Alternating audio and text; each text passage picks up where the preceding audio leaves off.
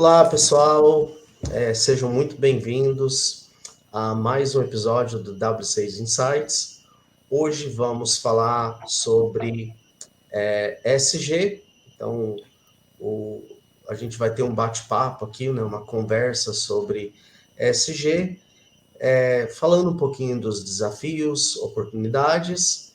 E eu tenho aqui um time de super mulheres do SG. Eu já tive, né, o prazer de ouvi-las no evento que aconteceu recentemente, o SG Summit em São Paulo, e a gente, né, acho que todo mundo aqui tem paixão por compartilhar conhecimento e expandir, né, todos os conhecimentos que a gente precisa para fazer, né, um SG da forma correta.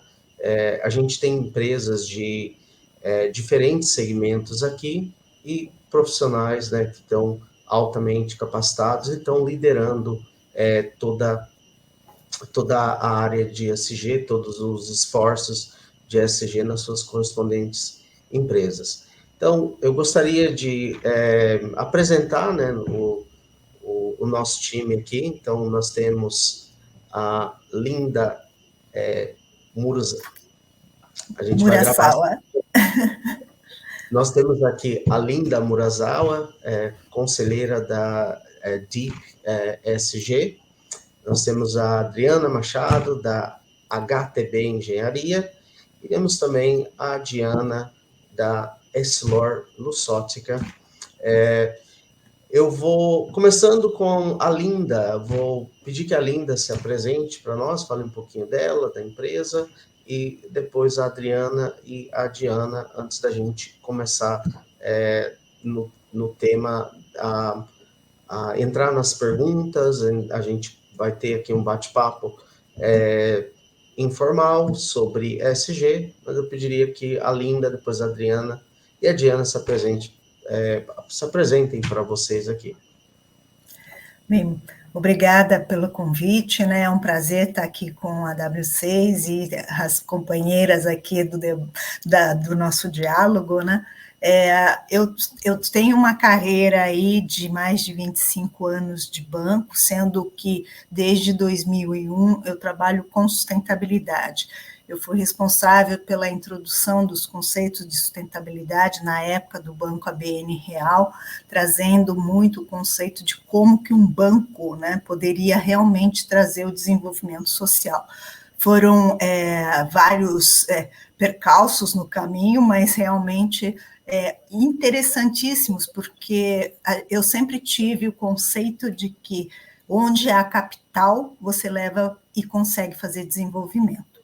E trabalhei, então, no ABN Real. Depois nós fomos adquiridos pelo Banco Santander em 2009, onde eu tive também a oportunidade de levar esse tema para as áreas de negócios do Santander Brasil, Santander Espanha e para outros países. E em 2010 também trabalhei nesse período todo como diretora de sustentabilidade da Febraban. E aí, em 2017, né, depois de já ter atuado aí um bom tempo, era head da área de sustentabilidade do banco, eu decidi sair do banco e começar a trabalhar de uma outra maneira. Por quê? Porque eu achava que a sustentabilidade nas grandes empresas, ou principalmente nos grandes bancos, já estava muito bem estabelecido, ou pelo menos em grandes compassos, e resolvi trabalhar orientando tanto empresas, consultorias. Hoje eu sou conselheira, trabalho também como mentora e como consultora, e tem sido experiências maravilhosas. E hoje aqui eu estou representando a Deep ESG, que é uma empresa de 3 anos, né, uma startup especificamente focada em mensurações de impacto socioambiental. É isso, Legal. passo a bola para a Adriana. Legal, obrigado, Linda. Boa tarde a todos. Muito obrigada inicialmente, é um prazer estar aqui com vocês, pelo assunto tão importante, né, e tão gostoso de conversar e ver que cada vez mais está sendo difundido e a gente gosta muito de discutir um pouquinho a respeito disso.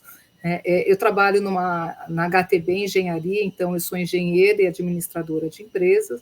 Sempre gostei da questão da sustentabilidade, do lado social, desde o começo da minha carreira, né? Comecei trabalhando ajudando em mutirões, aí do lado de construção de casa popular, isso foi no começo da minha carreira, mas sempre busquei o desenvolvimento. Então, assim, todas as minhas atividades sempre foram voltadas ao que hoje a gente é bem conhecido do ESG, mas eu acho que o ESG é uma questão de consciência também e de comprometimento. Então, eu fico muito feliz de hoje estar podendo discutir num fórum tão interessante a respeito disso e vendo que é o nosso atual e assim, é uma questão de não tem mais volta, né? Então, falando um pouco aí da minha carreira, então eu estou há mais de 30 anos na área de engenharia civil, tá? Trabalhei em empresas como a Método Engenharia, que também tem essa parte de sustentabilidade, estou há 13 anos na HTB Engenharia, passei por obras, onde como gerente de obra também pus essa parte de sustentabilidade. Quando eu estava na Método, eu trabalhei com o Banco Real, participei um pouquinho dos projetos que a Linda comentou, e era muito gostoso poder ver a agência preocupada, que na época não se falava tanto em reciclagem, hoje é bem comum, mas quando a gente falava numa agência bancária ter reciclagem, produtos e materiais reciclados, e essa grande preocupação. Então, assim, eu acho que esse engajamento da nossa carreira é importante, né? Então, e é gostoso agora ver. Então, assim, resumidamente é isso. Hoje eu sou head de ESG na HTB, superintendente de novos negócios. Nós já publicamos o relatório de sustentabilidade, baseados nos padrões de GRI, e é isso.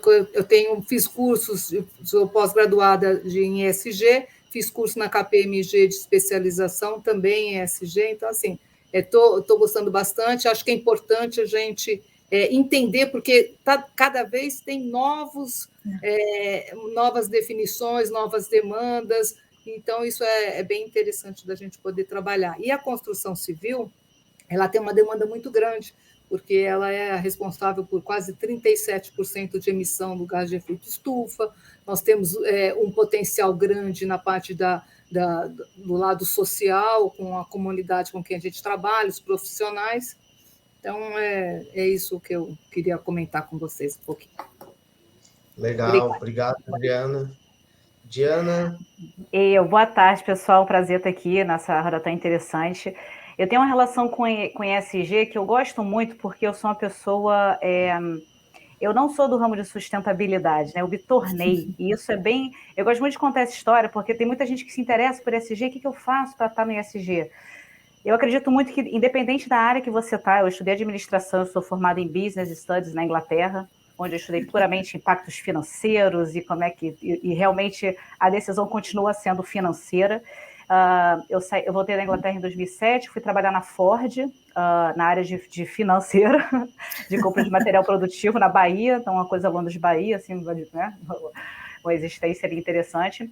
E aí eu fui para a L'Oréal, e na L'Oréal, dentro do financeiro, eu comecei a tocar um projeto, me envolver com um projeto de ampliar mercado de entrada através de um produto de cabeleireiro que eles queriam vender, então, para a base da pirâmide para as comunidades. E foi a partir daí, que foi numa visão totalmente comercial, de expansão de mercado, que a gente foi percebendo, né, que a empresa foi percebendo, e que não era simplesmente uma questão de entrar no território e começar a vender.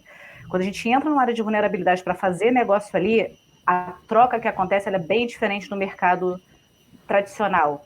E a gente percebeu que não adiantava só chegar lá com um produto bom, a gente precisaria desenvolver aquelas pessoas, aqueles novos empreendedores, e a troca ali era muito grande. E essa troca, basicamente, era deixar um legado social. Isso foi em 2013 que eu comecei a entrar em contato, então, com negócios de impacto, né, que a gente chama. Não tinha muito benchmark, fui muito para a literatura, então li bastante o Yunus, o Prahalad, né, o que estava acontecendo, e fui revisitando ali toda a ideia de troca, de consumo, entendendo que as grandes empresas, se elas se dedicarem a colocarem energia, resolverem um problema social, elas têm recurso, elas têm dinheiro, elas têm vontade, elas têm profissionais e podem fazer grandes mudanças.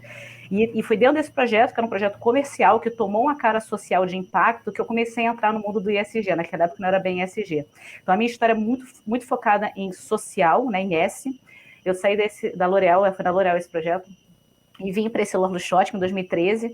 A Nestlé Luxottica já tinha uma visão, a empresa tinha uma visão top-down de um projeto que acontecera na Índia, né, com essa visão de levar essa correção visual para o interior ali da Índia, para as grandes vilas, entendendo que quando você chega com a correção visual, você causa já um impacto social, porque a visão particularmente ela atinge 8 ODS, né, na época não era nem essa a leitura exatamente, e o negócio também se desenvolvia. Então, sempre um casamento entre o social atrelado já à estratégia. E eu estou aqui, então, desde 2013, eu saí da empresa e voltei, mas no total foi desde 2013. Voltei agora em janeiro, né? Fiquei 2013 e 2018. Saí, fui sabático, startup digital, também focada em diversidade e inclusão nessa linha, mas volto agora em janeiro aqui para a Nestlé Luxottica como head de negócios sustentáveis na Nestlé Luxottica. E a minha pauta é bem social, na verdade mesmo, né, dentro do S, mas tudo se entrelaça, né? Então, é um pouco da minha apresentação. Eu já dei um spoiler aqui de que independente do carro que você está, muito possivelmente você pode ter uma ação muito forte dentro da pauta ISG. Não, com certeza. Eu comecei, né, onde eu vi onde a W6, né, poderia contribuir com isso. Mais ou menos 2 anos atrás, eu moderei um painel de CFOs, tá? Falando um pouquinho falando, na verdade, um pouquinho não, foi quase 1 hora falando só sobre ESG, em uma época que ainda não tinha muito evento, não tinha nada, mas eu olhei, eu vi a importância, né, de uma política sólida de ESG para empresas, e como o ESG pode ser, além, né, de toda a parte social, do bem, né, que isso faz, ele também pode ser um grande acelerador de negócios para a empresa, né? Hoje em dia, empresas que têm um selo ESG, que tem, né, toda uma preocupação, elas vão ser, às vezes, priorizadas por empresas que estão adotando isso, né? Então, eu acho que unir, né, o útil ao agradável, ao que é certo. Então, eu acho que eu vi, né, uma necessidade, né, da gente estar falando mais sobre isso, de trazer conversa, fóruns, e muito disso sem ter sem a gente estar refém de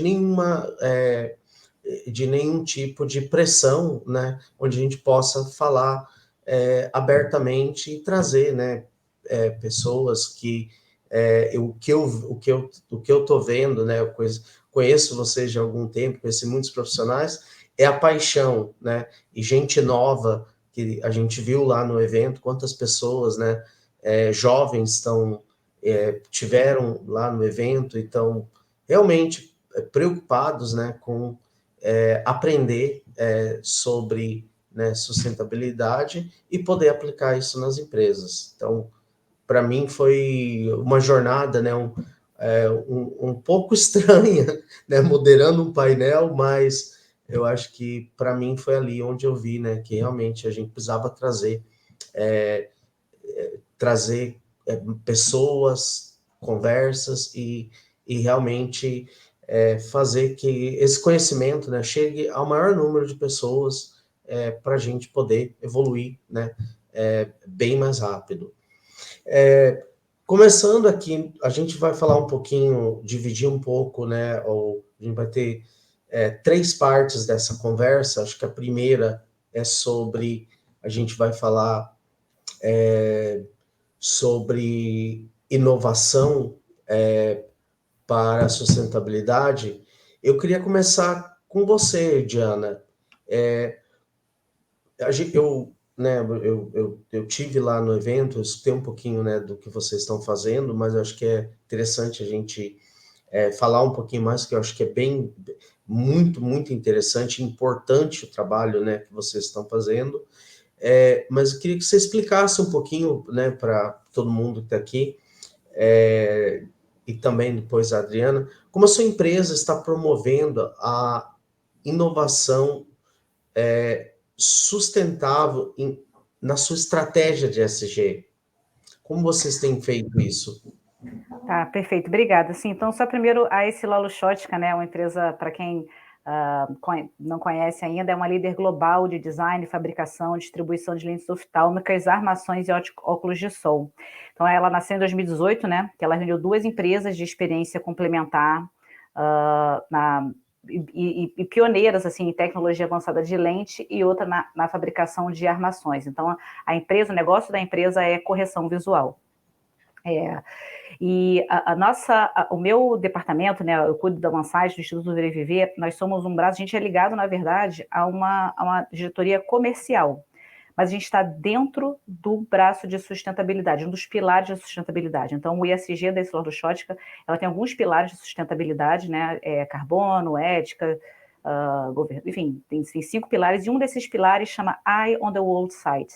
Tá? Existe um dado no mundo sobre o impacto, né, a quantidade de pessoas que precisam de correção visual não têm acesso e os impactos que isso causa na nossa sociedade. Então, a empresa ela tomou uma posição, ela jogou para dentro da estratégia dela, tanto de sustentabilidade quanto da estratégia dela de negócio, de impactar positivamente nesse dado, de tentar em uma geração mudar essa curva, né? A gente tem, porque esse impacto das pessoas que não enxergam é muito grande na sociedade. Então, se você pensar, por exemplo, em educação, as crianças precisam, né, as crianças, os adultos, né, 80% do que a gente aprende é pela visão. Então, você ter uma visão corrigida, você se desenvolve melhor. A gente pensar nos empregos, nas oportunidades, né, sua produtividade aumenta. Então, tem dados aí interessantíssimos, né, e alarmantes, na verdade, de quanto se perde de produtividade por um simples óculos. Então, entendendo que a gente tinha um produto e a gente tem um papel em importância, a gente criou o Eyes on the World Side. A missão dele é justamente criar pontes, criar modos, criar novos modelos de negócio, também fazer filantropia, obviamente, para que as pessoas tenham acesso à correção visual. Então, de uma forma objetiva e simples é essa, né? Então, a gente tem a nossa filantropia, que seria um S, né, que é realmente em áreas de muita vulnerabilidade, a gente entende ali que a gente precisa fazer um financiamento, mas a gente acredita muito que modelos de negócios sustentáveis é quando há um investimento, quando a empresa consegue entender e direcionar um produto específico para que esse produto seja vendido a um preço acessível, né, dentro de programas, fazendo com que quem não possa pagar, né, possa pagar o valor certo, tá? O valor certo para aquele grupo, vou colocar assim. Então, a gente tem a possibilidade, a gente cria modelos de negócio específico para projetos sociais. Então, a gente faz parcerias com as empresas, né, e a gente consegue levar mutirões de saúde e negociar aquele óculos ali a um preço bem, só com a margem operacional mesmo, para que a gente possa levar. Então, uma das inovações, que é uma grande inovação, é essa inovação de modelo de negócio que torna sustentável, né, toda a proposta. Então, a gente não depende só ali de uma filantropia, de uma coisa assim. Então, essa é uma grande inovação, e é por isso que, mesmo sendo um projeto de sustentabilidade, a gente está diretamente ligado, a gente responde à sustentabilidade, mas a gente está diretamente ligado a uma área comercial, porque a gente está o tempo inteiro fazendo conta e tentando entender a escala, as conversas normais de qualquer negócio, mas com a preocupação e com a visão do impacto, né, que vai causar. Então,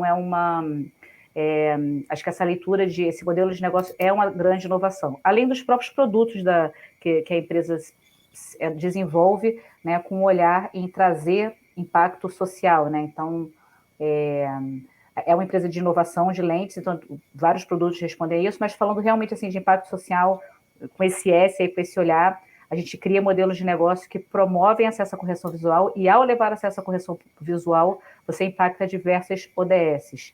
Então, como, por exemplo, de saúde, educação, são 8, na verdade. Então, um outro modelo que a gente tem através de parcerias, a gente faz parcerias com outras empresas de ESG, a gente se encontra ali, né, no ESG, então, às vezes uma empresa de óleo e gás, de energia, mas aqui uma das ODS que ela trabalha, por exemplo, é educação, e a gente consegue fomentar ali, juntar o nosso capital social, otimizar esse capital e fazer com que várias pessoas dentro daquela área de responsabilidade social acessem o óculos, em projetos com KPIs, enfim, então, KPI quantitativo, qualitativo. Então, esse é um pouco da inovação que a gente traz, e o que eu acho bem interessante é como que a gente consegue interagir, interligar essa ação com todas as áreas da empresa.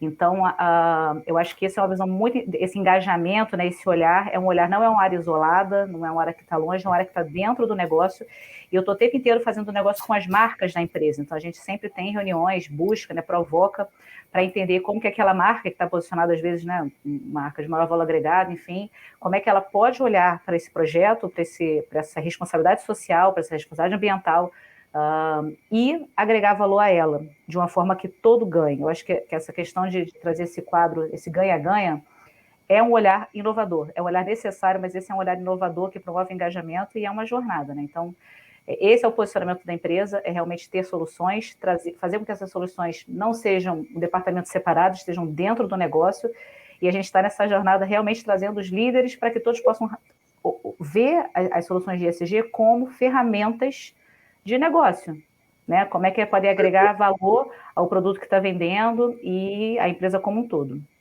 Mais ou menos por aí que a gente faz aqui. Legal, Diana. Não, acho perfeito. Eu acho que esse modelo parece meio clichê, né? Mas é sustentável. É isso. Ele acaba sendo sustentável porque ele conversa com outras áreas, né? E conversa com o negócio e acaba, né? As outras áreas, né? Que você falou, acabam comprando também a ideia, comprando o projeto. E eu acho que esse realmente é o caminho, né? Que eu tenho conversado e visto. Adriana, fala um pouquinho para a gente sobre, né, o que vocês têm feito aí na HTB, sobre a inovação sustentável na sua estratégia de ESG. E depois a Linda também falar um pouquinho, né, sobre esse tema.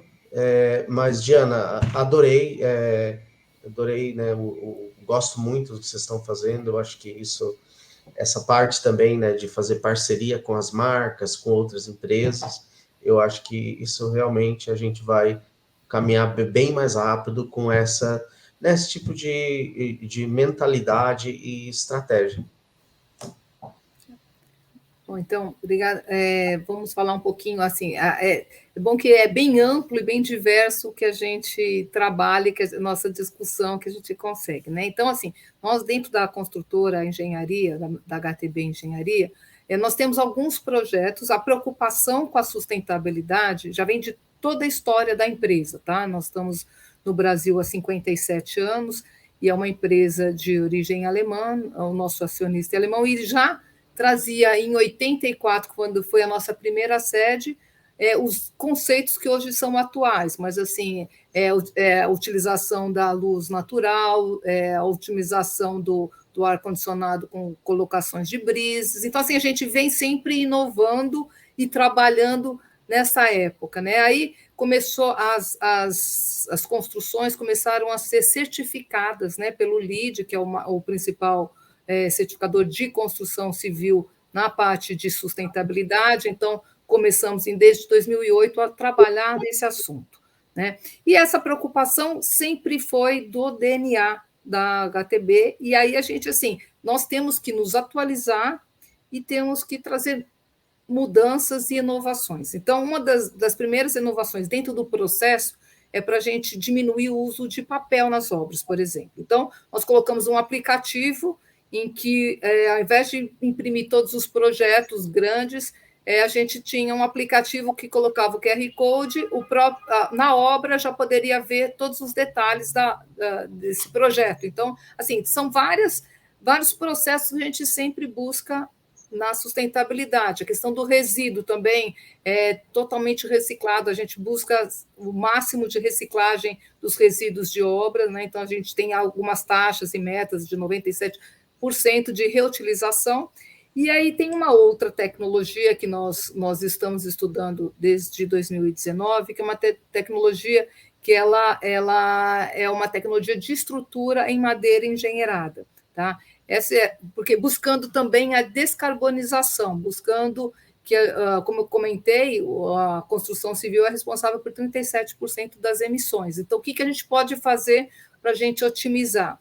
Uma delas é o estudo dessa tecnologia, que a gente conhece internacionalmente há mais de 20 anos, chamado mass timber, ou madeira engenheirada, que no Brasil já tem 4 indústrias para essa tecnologia, e ela captura o CO2 do meio ambiente. Então, por exemplo, enquanto um metro cúbico de concreto ele emite 1 tonelada de CO2 para o meio ambiente, a madeira, no seu processo, ela absorve esse 1 metro cúbico. Então, assim, isso são algumas das tecnologias que a gente está buscando na parte, aí vamos falar do meio ambiente, mas ele não é só o meio ambiente, ele também ajuda na produtividade, diminui o risco para os trabalhadores na obra, porque ele é um processo industrializado, então a gente está pensando no S, né? E, como todo, a parte de governança também pensando no G. Então, assim, as preocupações são grandes, a gente tem que cada vez mais, e o engajamento é importante, tá? Então, só um recado aí, que assim,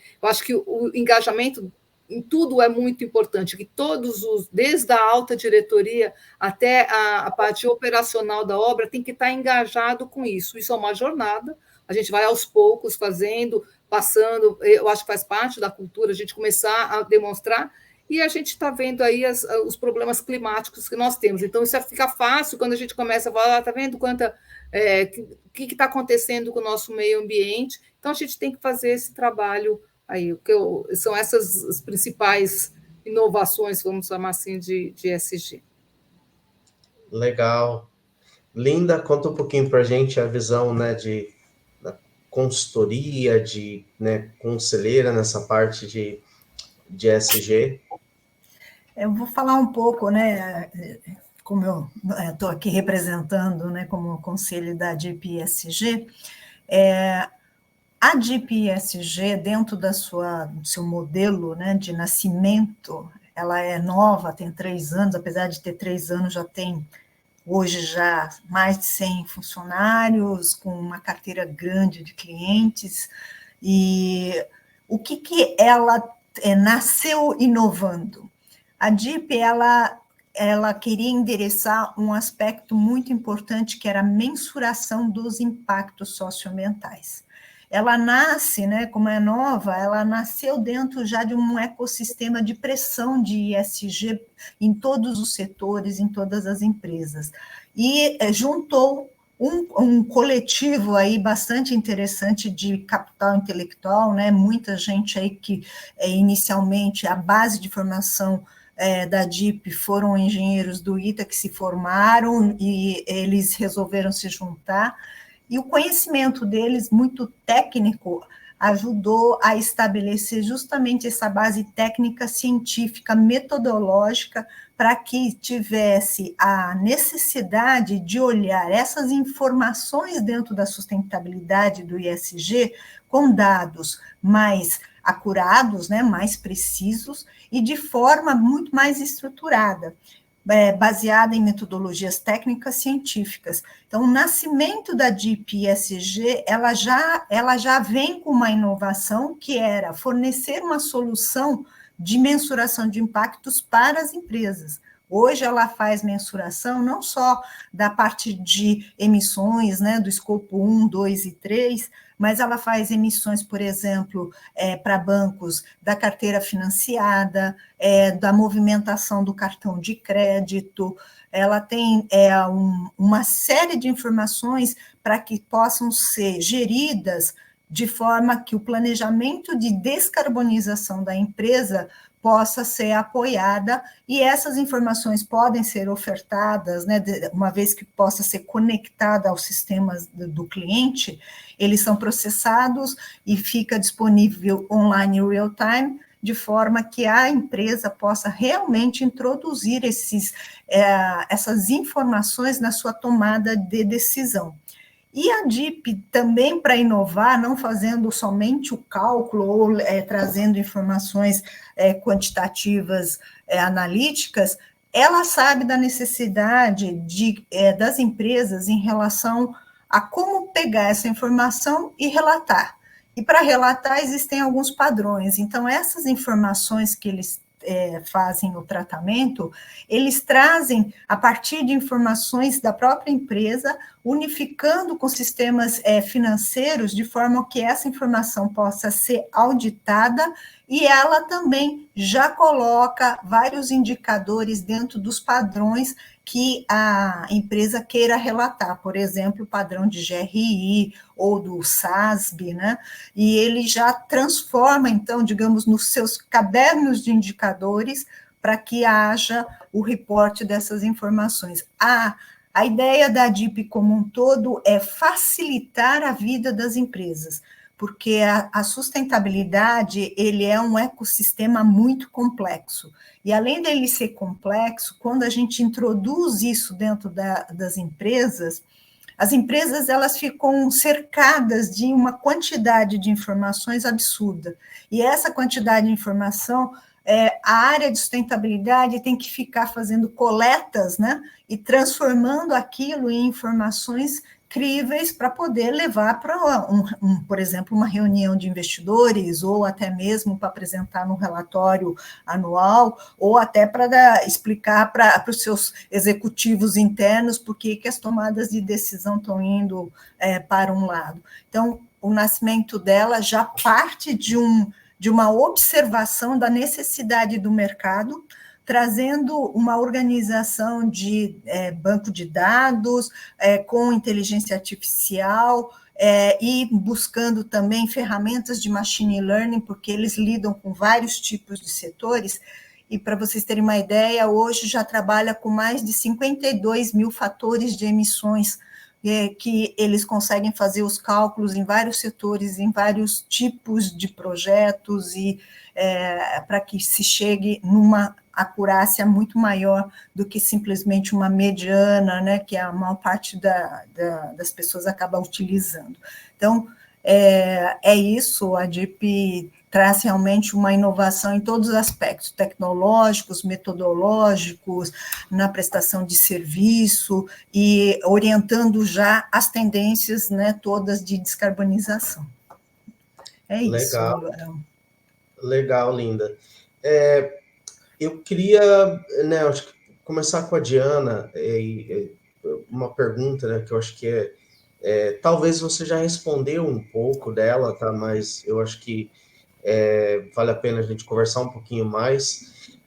De que maneira o comprometimento com ESG está impactando, né, positivamente a competitividade do negócio de vocês, né? Então, acho que começando por você, Diana, depois a Adriana, a Linda também, um pouquinho, que é o negócio deles, né, na DIP, mas eu acho que é uma pergunta importante, né? Eu acho que 100% é bem sobre isso, né? Eu acho que o ESG, até te cortando aqui, eu me empolgo com esse tema. Mas ESG é bem sobre isso, assim. Eu acho que foi-se o tempo em que olhava-se para essas preocupações ambientais, de governança, de uma forma fofa. Não é isso é business, isso é negócio, isso é sério. Então, e para ser sério, tem que ser feito, encarado de uma forma séria. Então, hoje em dia não dá mais para você fingir, se portar, fazer uma doação de alguma coisa específica para passar uma mensagem. Eu acho que para você, o ESG ele é totalmente competitivo, tá? Está totalmente relacionado, à estratégia de competitividade, quando você dialoga com o cliente final. Para começar, quando você dialoga com o seu acionista, né? Então, tanto que a minha área, ela é ligada diretamente à missão corporativa, né? Que é a área que eu atendo, ela é diretamente ligada ao CEO mundial da empresa. Então, tem eu aqui no Brasil, eu respondo para uma pessoa em Singapura, essa pessoa responde direto para o CEO. Porque tudo que a gente faz aqui, quem já entendeu sobre isso, né, é o acionista. Então, quando a empresa ela se posiciona no mercado, ela pode ter muitas inovações, mas o que ela está fazendo para mudar o mundo? Fazendo genuinamente, né, fazendo de uma forma que traga um diferencial sustentável. Então, de cara, o financeiro, né, o CFO, ele é sempre o embaixador disso tudo aqui, porque para você tem que estar atrelado à estratégia, tem que ser sério e tem que ser sustentável, tem que ser rentável, né? Um investimento de dinheiro que você está colocando ali, talvez é um fundo perdido, mas que tem uma mensagem muito importante e que tem muito valor né, para isso. Então, esse é o primeiro competitividade daí, com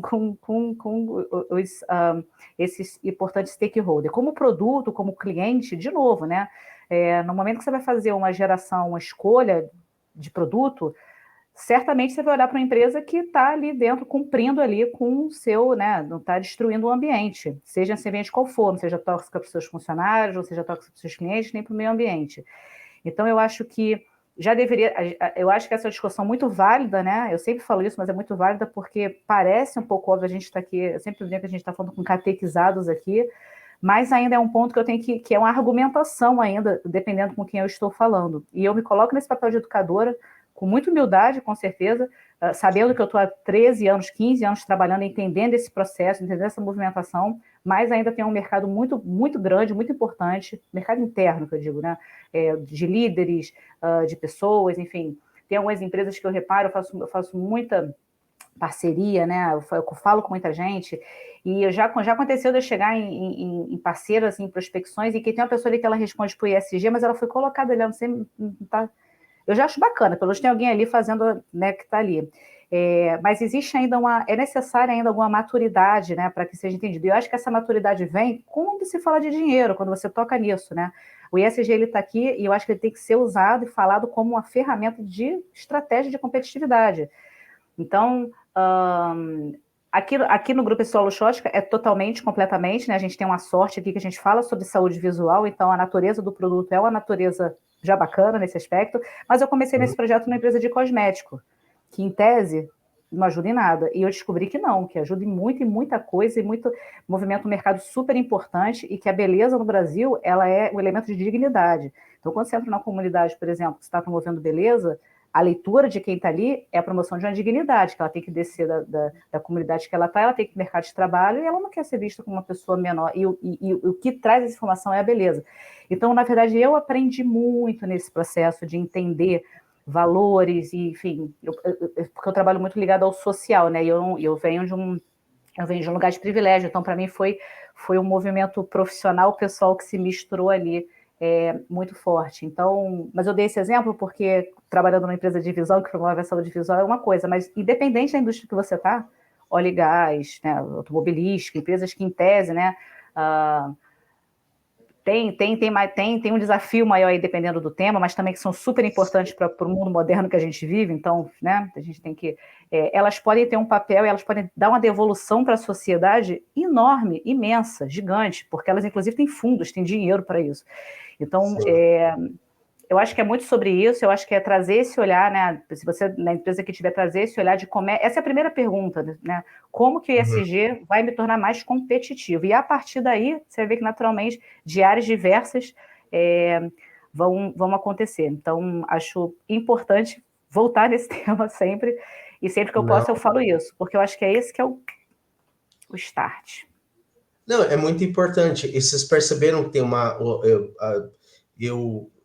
como você, Diana, eu fiquei muito tempo na Inglaterra, fiquei 18 anos lá, e Reino Unido, alguns países, SG já é coisa que vem muito tempo, né? Mas o que eu estou vendo no Brasil é uma pressão, né? Pressão de investidores, e isso é bom, né? A gente viu, a gente participou de um evento recentemente, tem uma pressão, não é hoje em dia, muita gente está sendo colocada em SG, muita gente está tendo que aprender, mas a pressão vem lá de cima, né? Eu trabalhei em multinacional, né? Então, assim, essa demanda do acionista não foi à toa. Então, ela vem lá de cima. E eu acho que isso é bom. Sim.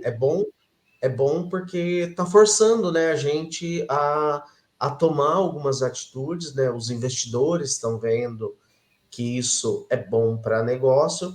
Eu acho que isso, né, longo prazo vai ser muito bom, especialmente no Brasil, né? Que o Brasil vai ter que até criar, né, mais políticas, regulamentações, mais coisas para poder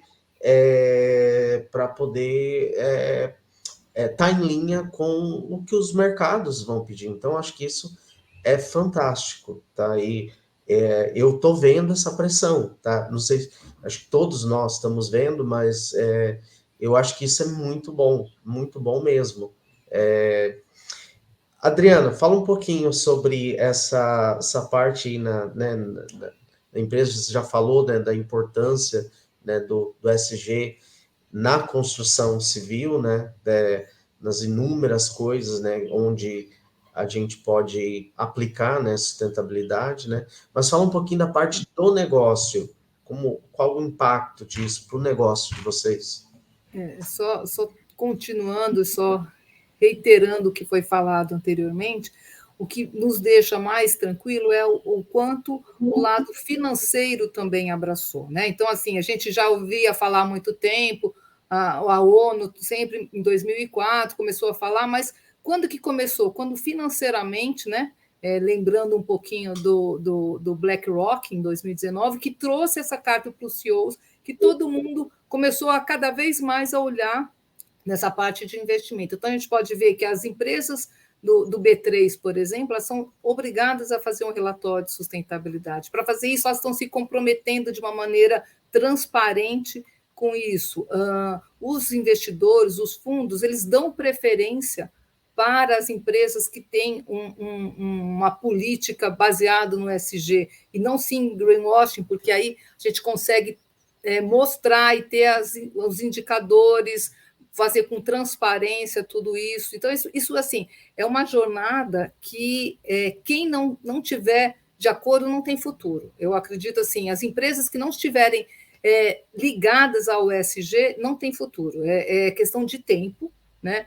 Então, assim, hoje os próprios consumidores, né? A gente fala de empresas, mas também vamos pensar nos consumidores, as pessoas físicas, que sempre dão muito mais importância à questão de quem está ligado ao ESG, ou que não tem uma reputação muito ruim do lado do social, né? Então, assim, a gente sabe de alguns casos que, às vezes, um consumidor não compra de determinada rede porque foi vista como trabalho escravo, coisa assim. Então, assim, é uma questão de conscientização, e essa conscientização veio muito com o lado financeiro. Então, assim, é importante toda a consciência, como a Linda comentou, como todo mundo, a gente vem falando de consciência com o meio ambiente, com o lado social, de governança, mas agora vinculando ao lado financeiro, isso traz muito mais força. Então, assim, os investidores, eles não vão dar dinheiro para fazer falando no caso da construção civil, não vão investir numa empresa que tenha problemas, qualquer um deles, tanto do E, do S ou do G. Então, isso para a gente causa uma tranquilidade nesse sentido de que fazer bem feito e fazer com consciência ele vai ter realmente o futuro. Então, eu acho que é muito, muito, muito importante que as pessoas passem a ser efetivas, as empresas passam a ser efetivamente ligadas ao ESG. Então, eu acho que quem não tiver ligado tem uma vida curta, é isso que eu imagino. Não, e só antes da Linda falar para a gente um pouquinho, né, a visão dela, até para empresa pequena, né? Sim. Empresa pequena que quer fornecer para empresas grandes, que, né? Todo mundo, eu acho que se aplica até as microempresas, as pequenas. Eu acho que isso é bom para todo mundo, né? Em toda a cadeia produtiva, até por isso que eu dei o exemplo do consumidor, né? Porque quando a gente fala uma pessoa física, ela tem uma interferência hoje, né? E aí tem toda a cadeia produtiva, e aí a questão da emissão de CO2, aí tem escopo 1, 2 e 3, que cada um tem as suas metas. Então, isso é uma cadeia, e é por isso que eu acredito muito no ESG. Eu acredito todos esses pilares que são meio importantes, mas o lado financeiro tem que estar junto, porque se não tiver uma viabilidade, aí fica difícil da gente conseguir convencer, seguindo isso até que a Diana também comentou. Concordo muito com essa fala. Legal. Linda? Bem, o conceito, né, de competitividade, né, vou trazer um pouco também da experiência aí da minha área financeira. Por que é importante você ter o ESG? Porque quando a gente fala de sustentabilidade do ESG, na realidade, o que aconteceu? Nós começamos a entender que existiam novos riscos no mercado. É o risco da escassez de recursos materiais, o risco reputacional, o risco operacional como um todo. O setor financeiro, como ele é ativamente um gestor de riscos, né, o core business do banco é um gestor de riscos, ele começou a enxergar, né, essa questão do risco, mas o que acontecia e que demorou esse tempo é porque nos modelos econômicos não havia a detecção desses riscos e não havia a introdução do que a gente chama hoje de externalidades, né, dentro dos modelos. Tanto que o modelo econômico, ele tradicionalmente, os recursos naturais, teoricamente, são infinitos, né? Então, você pode ficar fazendo qualquer simulação econômica que você sempre está considerando infinitamente os recursos. Esse olhar da sustentabilidade, ela trouxe um alerta muito grande, porque se você está dentro de um planeta que é finito e você está olhando esses riscos, isso naturalmente vai impactar na existência da empresa. A empresa, ela depende de água, ela depende de fatores como minerais, né, como um todo. Então, tudo que ela depende na sua cadeia de fornecimento, ela pode estar com um alto risco. Na hora que a gente fala assim, o setor financeiro começou a exigir, como é que é feito isso? Porque, na realidade, quanto mais alto o risco, maior sua taxa de juros.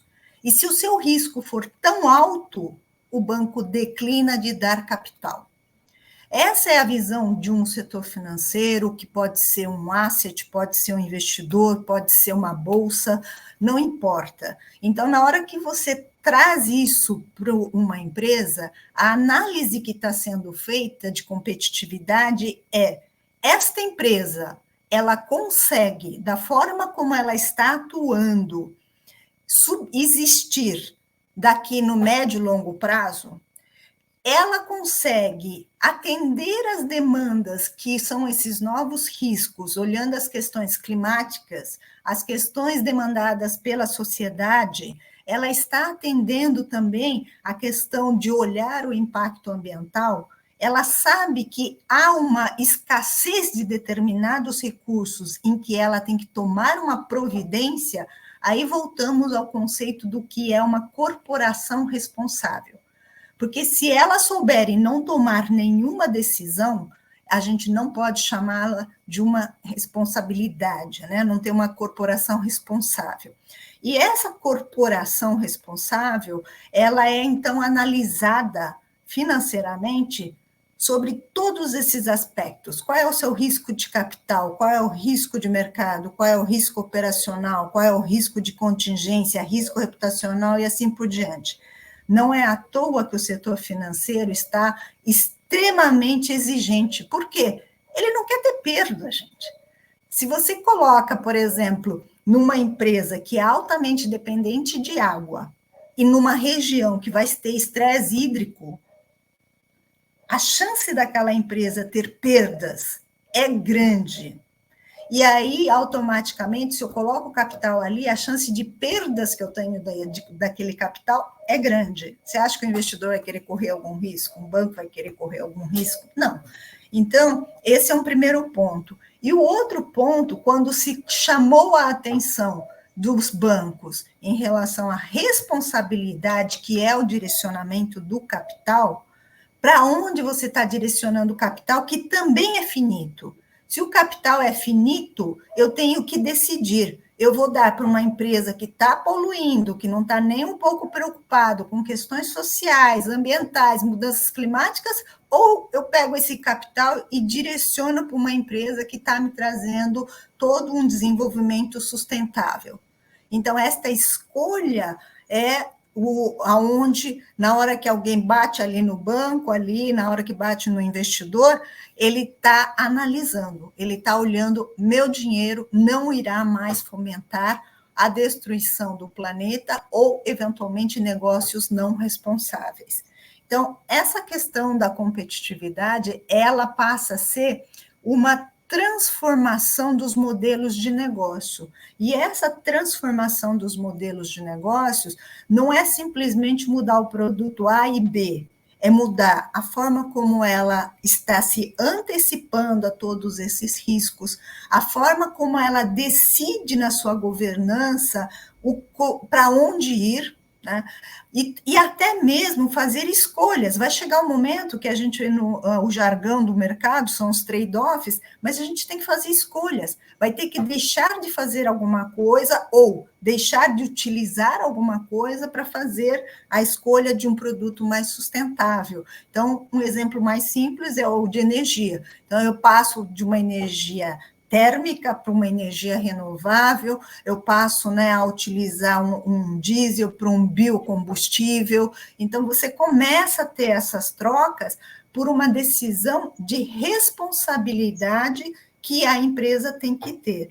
Então, a competitividade hoje em dia, ela tem que estar instalada, né? Digamos, o olhar sustentabilidade, ela tem que estar instalada em todos os pontos de tomada de decisão da empresa. Não pode ser a área de sustentabilidade tomando a decisão sozinha, não pode ser só o presidente tomando a decisão sozinho, porque qualquer coisa de decisão, se eu estou numa fábrica, operando uma fábrica, por exemplo, de algum produto químico, e acontece algum problema de vazamento, e quem vai tomar a decisão de que libera ou não libera é quem está ali na fábrica. É ele que tem que ir lá sanar esse problema. Pode ser que ele resolva pegar e abrir algum encanamento que vai e jogue tudo lá para um rio. E esse rio fica contaminado, e esse rio contaminado abastece um município, por exemplo. Então, a decisão não chegou até lá no presidente para ir num comitê para verificar se o conselho de administração... Não, o cara teve que tomar aquela decisão assim, ó.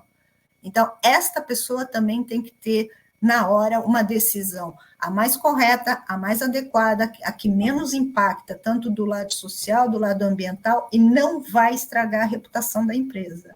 Então, são pontos de tomadas de decisão que quando a gente reforça e fala assim, todos os pontos de tomada de decisão têm que saber o que é uma sustentabilidade, o ESG e seus impactos.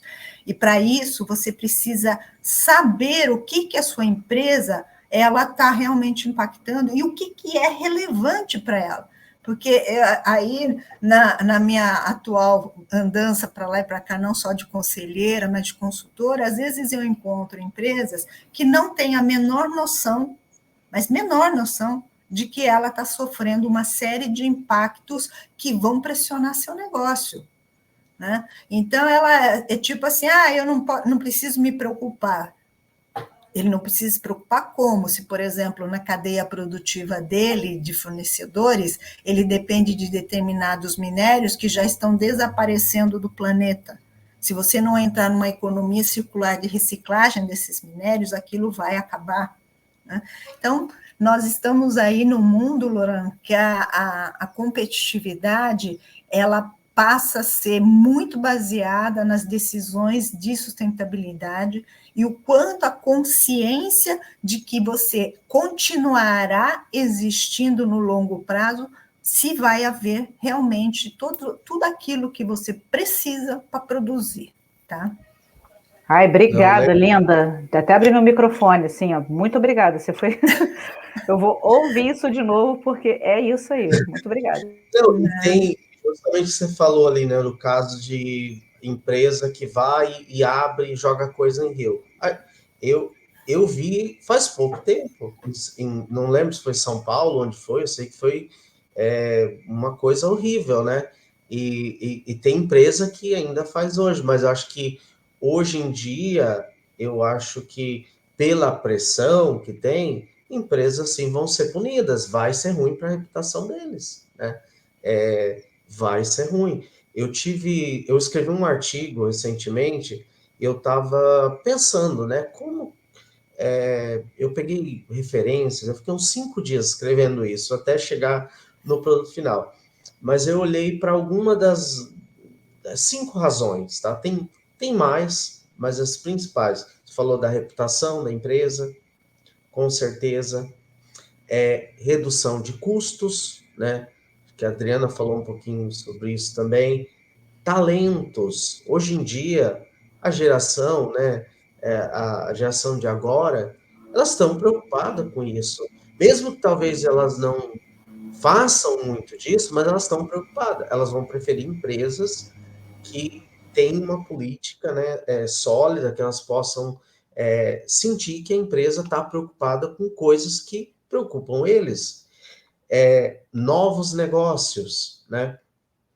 Eu estava conversando com o pessoal da Cial, que eles têm uma base onde você pode acessar fornecedores que têm, né, certificação ESG. Eu escutei lá empresas que estavam tentando encontrar só fornecedores que né, poderiam ter a certificação ESG. Então, isso, né, não tem nem muito o que falar, mas com certeza, em uma empresa que tem um produto que queira vender para uma empresa que só compra de ESG, eles vão com certeza. Não sei se vocês lembram, a gente estava conversando um pouquinho de empresas que faziam produtos específicos, e no Brasil tinha poucas empresas, empresas que estavam começando a ter um tipo de produto, eu não me lembro qual, mas eu lembro que no Brasil só tinha 2 empresas que faziam isso.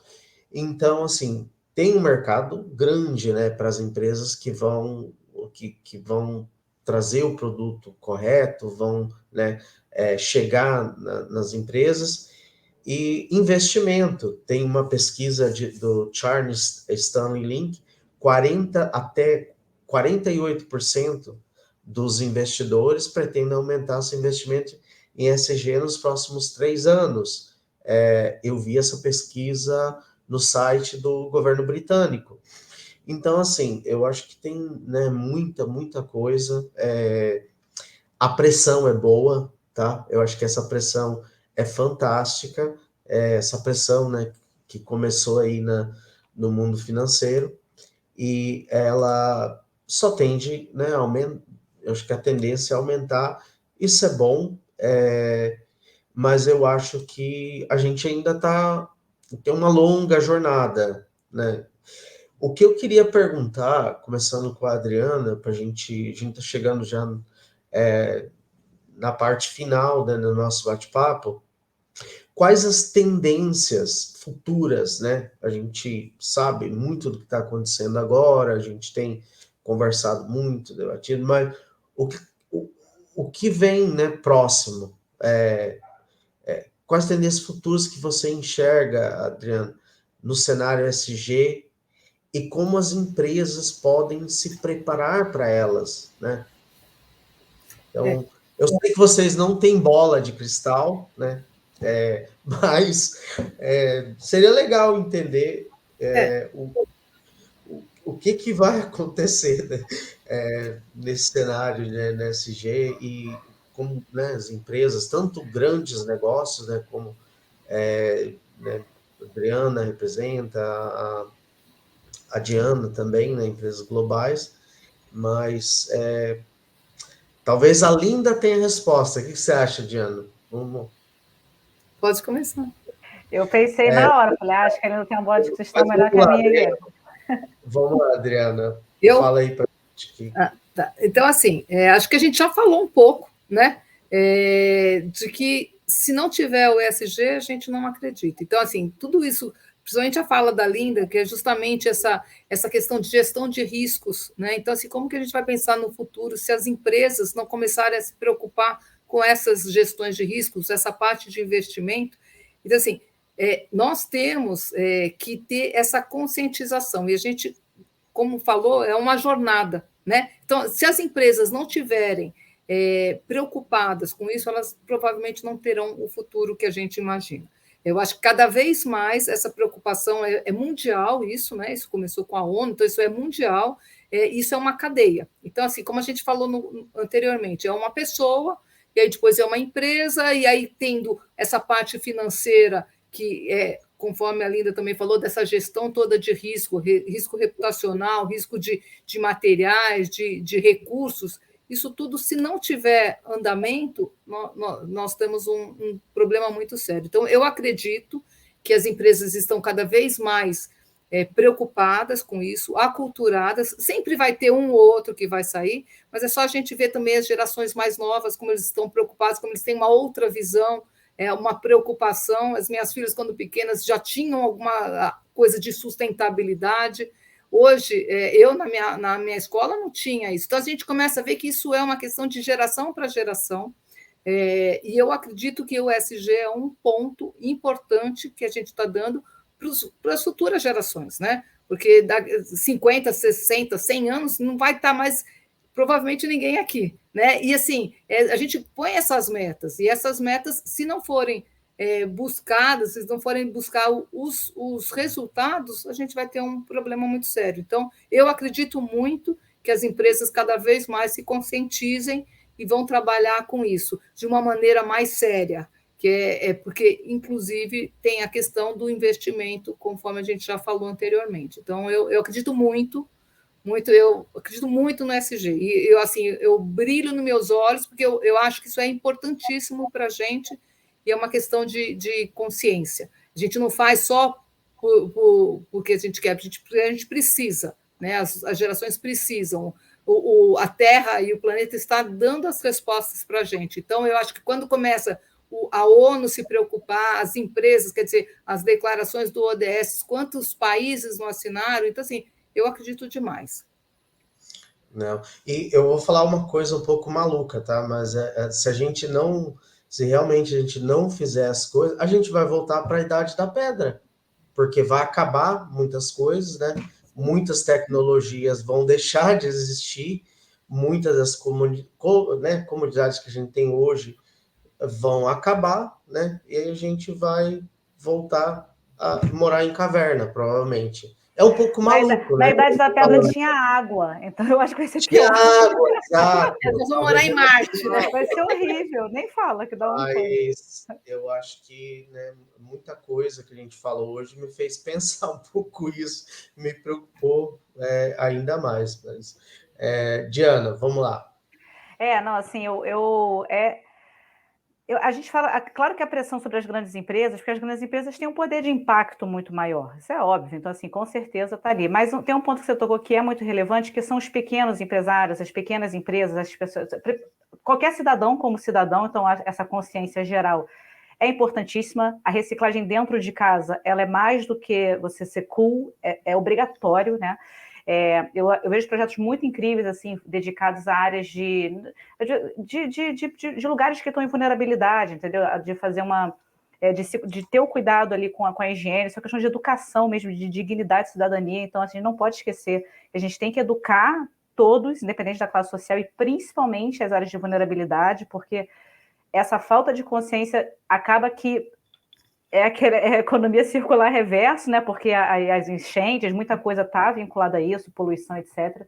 Então, a gente não pode levar em conta que isso é uma questão de educação para todos, tão importante. E talvez as grandes empresas também tenham um papel nisso, porque às vezes o Estado não chega, mas a luz chega, a água chega, o gás chega.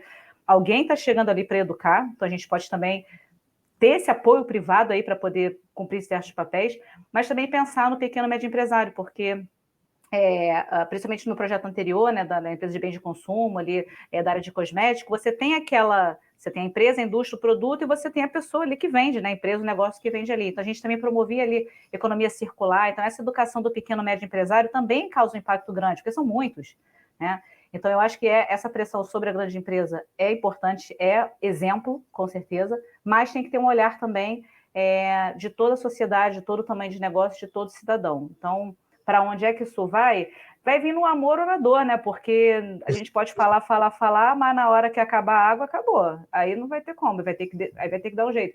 Então, tomara que seja no amor, tomara que dê tempo. Lindo, dá tempo, Linda, você que está ali.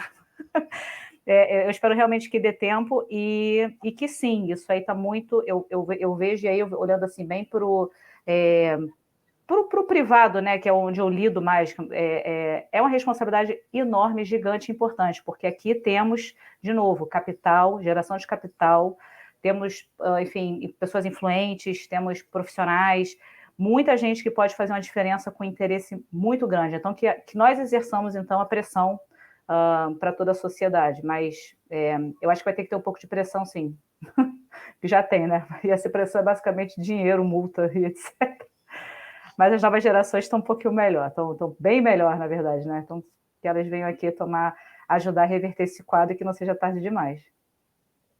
Com certeza. Linda?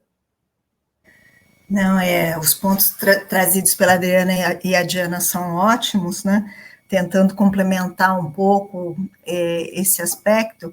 Infelizmente, se a gente olhar as análises que a própria ONU vem fazendo, nós temos estudos aí que o nosso ponto de inflexão é 2060. O que é esse ponto de inflexão? Ou vai ou racha o planeta, tá?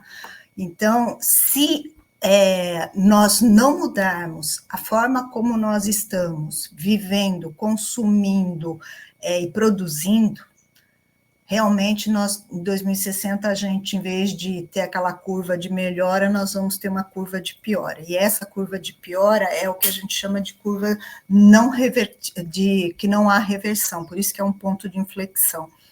E isso tudo é muito preocupante, né? Alguns até falam para mim, 2060 eu não vou estar por aqui, mas a gente tem que pensar realmente na sobrevivência do planeta, da humanidade, né? E dos nossos filhos e netos. E a preocupação que existe, e até a médio e curto prazo, né, que as pessoas não estão se apercebendo, por que está se falando tanto em transição energética, né? A transição energética ela está principalmente ligada à questão da indústria do petróleo. E por que petróleo? Porque nós, seres humanos, sociedade, ser humano, empresas como um todo, todos dependemos hoje do petróleo num grau extremamente alto. Não só falando em combustível, gasolina, diesel, etc., mas os derivados do petróleo, plástico, nós temos aí nas tecnologias, nós não vamos ter aqui no computador está cheio de coisa de derivados de petróleo, no celular, em alguns remédios, até produtos, às vezes, né, de cosméticos, existem alguns derivados de petróleo que são utilizados. E o que acontece é que o petróleo, ele não é renovável, ele é finito. Então, existe uma previsão, por exemplo, da British Petroleum, que termina-se as reservas em 2067, desculpa. Só que, a partir de 2025, está tendo vários acordos para não se explorar mais nenhuma nova jazida de petróleo. Então, vai haver uma diminuição gradual da quantidade de petróleo que estará disponível no planeta e seus derivados. O que isso impacta em termos de tendência? Impacta em logística, porque nós dependemos da logística, que utiliza muita coisa ainda do diesel, né? A gente vai ter o navio, o avião, né? Então, nós temos aí, hoje, o agronegócio, por exemplo, o trator é movido a diesel. Nós temos algum trator com biocombustível, com etanol, movido a energia solar? Não temos, né? Então, a necessidade da transição e da transformação dos modelos e dos produtos é urgente. Parece, assim, as pessoas acham que às vezes eu escuto assim, 2060 está tão longe. Não, gente, a gente está fazendo verificações, nós temos um checkpoint em 2030, 2040, 2050, 2060. Infelizmente, o que está acontecendo a partir de 2020 era esperado no nosso checkpoint de 2040. Então, a aceleração que a humanidade está sofrendo, né, em função de vários aspectos que levaram a isso, faz com que a gente esteja vendo ondas de calor absurda, estamos vendo aí fogo no planeta inteiro, o derretimento das geleiras, etc., etc., e isso, se a gente não reverter, o que vai acontecer em termos de tendência? Nós vamos ter aumento de precificação de absolutamente tudo, porque as empresas vão ter que olhar suas perdas e seus produtos e vão ter que reprecificar isso. Isso cria colapsos alimentares, porque você distancia, inclusive, né, a questão social, você vai aumentar a camada de pobreza, porque você tem o alimento ficando cada vez mais caro e inacessível. Então, as consequências sociais, as consequências globais são muito catastróficas. E aí a esperança reside no que a Diana e a Adriana falaram, que é a consciência. A consciência, tanto nós como o CPF individual, quanto das empresas CNPJ. Porque na hora que há a forma da gente conseguir transformar e mudar isso, o tempo é muito curto, a gente sabe que o tempo está curto. Só que a capacidade do ser humano também aumentou muito a partir de sistemas tecnológicos computacionais, etc. Vide a vacina da Covid, né? A Covid, a gente demorava sempre uns 20 anos para lançar uma vacina. Gente, 1.000 cientistas se juntaram no mundo inteiro, fizeram um modelo colaborativo e saiu uma vacina de 1 ano, em tempo recorde.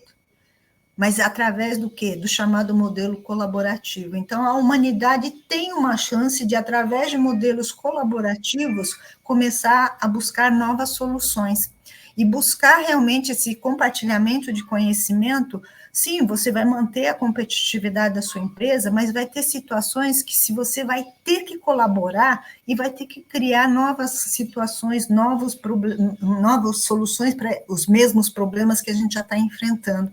Então, as tendências de sustentabilidade em função do que a gente vem fazendo de poluição, em termos de água, aí o aumento, inclusive, das emissões de carbono, que está desequilibrando todo o planeta, isso tudo é muito complexo, mas o ser humano também consegue reverter alguma situação se realmente se unir. E a transição energética, ela é de suma importância, não só pela quantidade de emissões que ela tem, mas também pela penetração, assim, que ela tem em todos os setores, em tudo que a gente faz hoje na vida, e aí é o que você falou, Lorena, se, vamos supor, acabasse petróleo hoje, a gente volta para a Era das Cavernas, porque a gente não vai ter condições de viver, não vai ter energia, não vai ter mais nada, não vai ter um gerador a diesel, não vai ter um carro, não vai ter nada. Então, a gente passa por um momento de muita reflexão, as tendências, elas estão... o que eu sempre falo para as pessoas é o seguinte: antigamente a gente podia até alegar ignorância no sentido de desconhecimento das informações. Hoje em dia, os cientistas da ONU estão aí, que nem maluco, tem 3.000 cientistas estudando aí e fazendo as publicações. Na hora que você pega aquele relatório e você lê, você fala, Deus meu, ou eu faço, não tem alternativa. E a não ser que você seja extremamente assim, irresponsável e falar que se dane o planeta, que se dane a sociedade, mas eu acredito que a grande maioria dos 7 bilhões de pessoas são pessoas muito mais responsáveis e que vão conseguir, de alguma forma, mitigar tudo isso que está acontecendo. E nós vamos ver, em termos de tendência de pressão, os reguladores, né? Os reguladores, eles têm ciência de tudo isso, não é à toa. As reuniões do G20, quando se fala em Banco Central, a discussão é total no foco de todos esses riscos e a questão da estabilidade econômica mundial. Quando se fala nas discussões em si, né, das reuniões macroeconômicas, comerciais, etc., a preocupação gira em torno realmente de como que nós vamos atender produção de tudo isso, sendo que a demanda social aumenta, porque nós hoje estamos com 7 bilhões e a estimativa 2050 são 9 bilhões de pessoas no planeta. Então, hoje nós já temos 1 bilhão de pessoas passando fome e a tendência em 2050 é chegar a 2,5 bilhões de pessoas passando fome. Então, na hora que a gente olha essas tendências, eu, assim, nem gosto de falar muito, porque as pessoas falam, nossa, quando você traz você parece os Cavaleiros do Apocalipse, né? E, na realidade, você tem que trazer o cenário de tendências. Eu falo assim, gente, é assim, se a gente não fizer o presente, aí eu uso muito a questão financeira, falando assim, como é que eu calculo o meu valor futuro? Tendo um net present value, ou valor presente. Então, eu tenho que ter um valor presente para ter um valor futuro. Não adianta eu ficar fazendo N projeções de valor futuro se eu não fizer nada no meu presente. Se eu tenho 0 no presente, eu vou ter 0 no futuro, e ponto final. Não existe nenhuma mágica nisso. E é isso que está acontecendo no mundo. O pessoal acha que nós vamos ter um mundo sustentável em 2040, 2050, sendo que ninguém está fazendo nada no presente. Então, eu não sei como é que essa equação vai fechar.